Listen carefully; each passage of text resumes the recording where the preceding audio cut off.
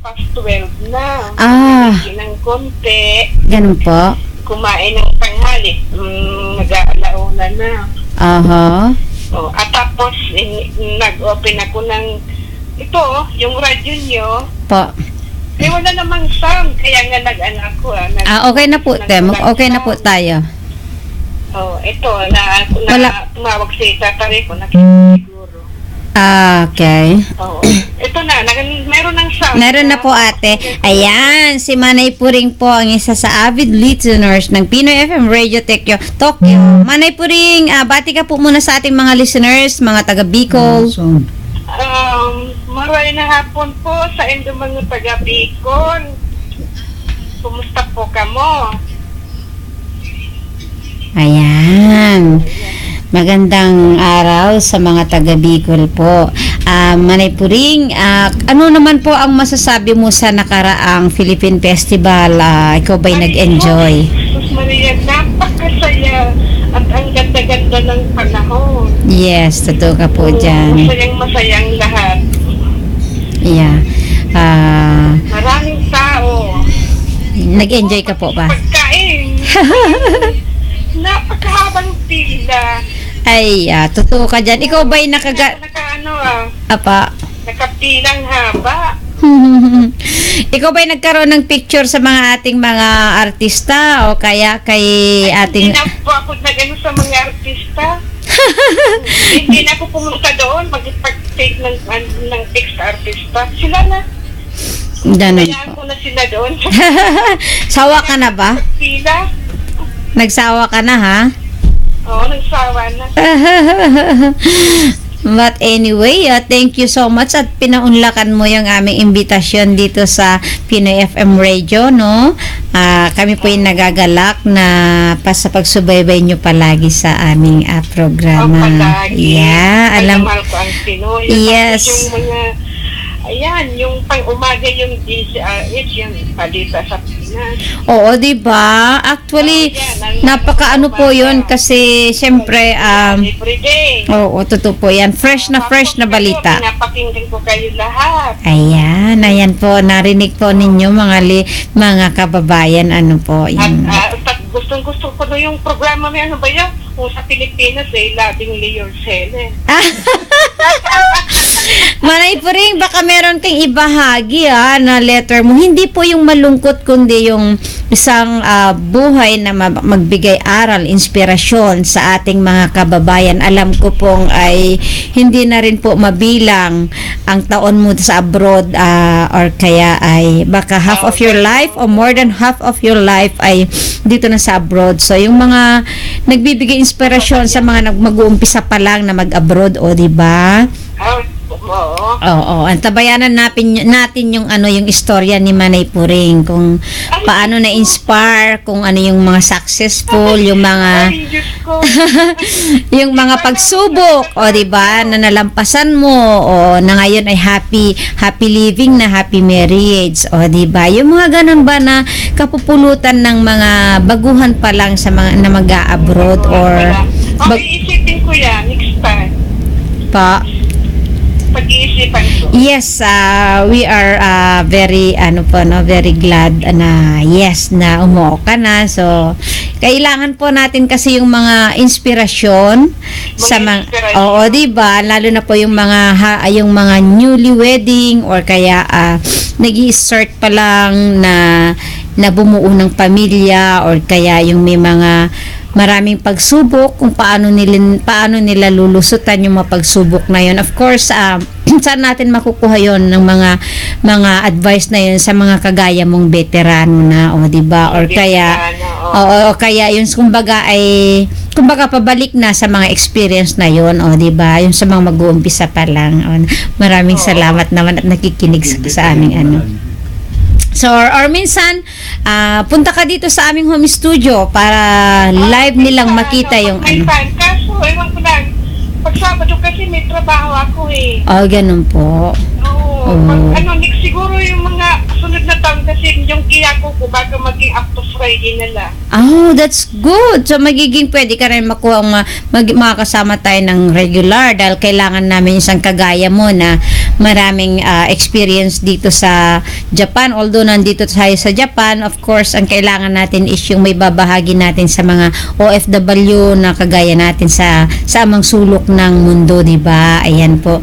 Kagaya niyan, meron po tayong segment na regarding sa mga how to learn Japanese or about Japan po, ano. So, malaking tulong po para sa atin dahil alam naman natin na pag nag-aaral tayo ng Japanese ay ang mahal-mahal kaya, di ba?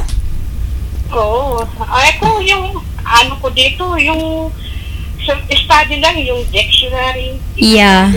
Pag nag-uusap sila na hindi ko maano yung salita ng ano ba yung kutuba nito, isisat ko yan sa dictionary. Yan. Opo ate, pero iba pa rin po yung actually, di ba sa dictionary ay at saka yung conversation pag binigkas mo, minsan ay nakakalito, di ba?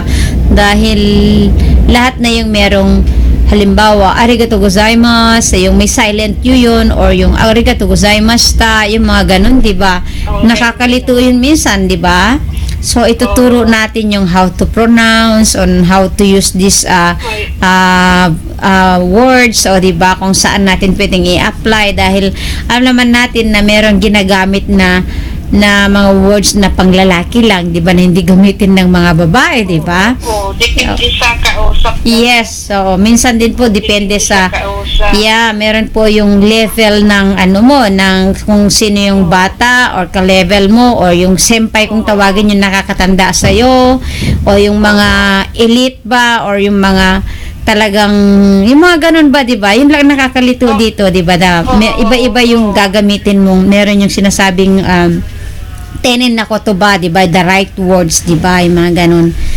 Oo. Oo. Depende nga sa kausap. Yes po. Napakalaki ako today na nakasama kita. Yes. First time niya yun. First time ba? Ay, hindi naman siya mukhang first time eh. Nagulat nga ako kay Tata Rico.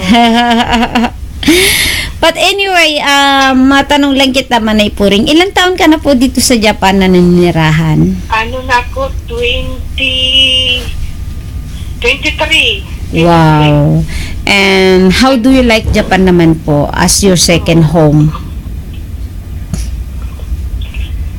Ikumpara po sa pa. Sa ano mo, paano sa as a second home, how do you like Japan po? Ano ba pagko-compare sa Pilipinas po? So, syempre alam kong yung Japan ay pangalawang ano mo na 'yan, pangalawang what do you call that? Bansa, di ba? So, ano po sa palagay mo yung ano mo kumpara sa Pilipinas or Ay, hindi ko naman makukumpara kasi pag umuwi ako ng Pinas, maganda naman doon ang buhay ko. Maganda naman ang buhay ko dito. Wow. Oo, parehas maganda. Opo. Marami akong kaibigan dito. Marami din akong kaibigan doon. Kung may So, grupo ako dito, may grupo ako doon. Sa Bicol. Nung mga unang panahon ate na nagsisimula ka pa lang dito, ano ang ginawa mong paraan para maibsan yung kalungkutan mo? Of course, alam natin na oo. Ate Tina, palagi tayo, di ba? Pagka saan tayo pumupunta Apo. na out of Philippines, sa simbahan tayo pumupunta, di ba? Ayan, Kaya, church. pinakauna kong nakita, kung kilala mo si, yun nga, si Manay Linda. Yan, si Manay Linda, tapos si Ate Cecil Takahashi. Yan, diyan kami sa simbahan. Ayan. By the way, ate, ano naman po ang pwede mong may advice sa mga kababayan natin na nag-uumpisa pa lang or nalayo sa pamilya or let's call it na nakapangibang bansa, nakapag-asawa naman na yung parang nag-uumpisa pa lang para maibsan yung kalungkutan nila. Ano naman po ang pwede mong i-advise sa kanila o maibahagi sa kanila na po? Makinig sila kay Tata Rico. Hindi naman Depende naman. Halimbawa, kung halimbawa nakapangasawa ka ng hapon dito, ka muna sa biyanan mo, kung halimbawa, kung nakasama ko yung biyanan ko. Biyanan po, no? Pinapag-aralan ko yung mga ugali nila. Ugali at saka kultura, no? Pakikisama. Oo. Oo. Yes. ugali nila. Yun yung sa ano, yun, laging mabait din. Kasi mga hapon mabait din. Ganun. Tapos yung mga kapitbahay, tapos, iyan, kung ano kung gusto mong masaya, dito sa mga neighborhood, sa yung mga katabi mong bahay, ayan, kung ano, halimbawa yung sa school, sa PTA, yan, mag-ano ka ng mga activities ng PTA. Apa. May mga ano naman sa PTA, halimbawa, mas kahit na sa preschool, sa Apa. nila, may group din sila, may mga activities sa school, gano'n. Attend ka na lang sa PTA nila, ganyan. Oo. Kasi mga anak ko, nagsimula sa Eugene. Apa. Sa Eugene, Apa. yan, umaga at pauwi. Apa.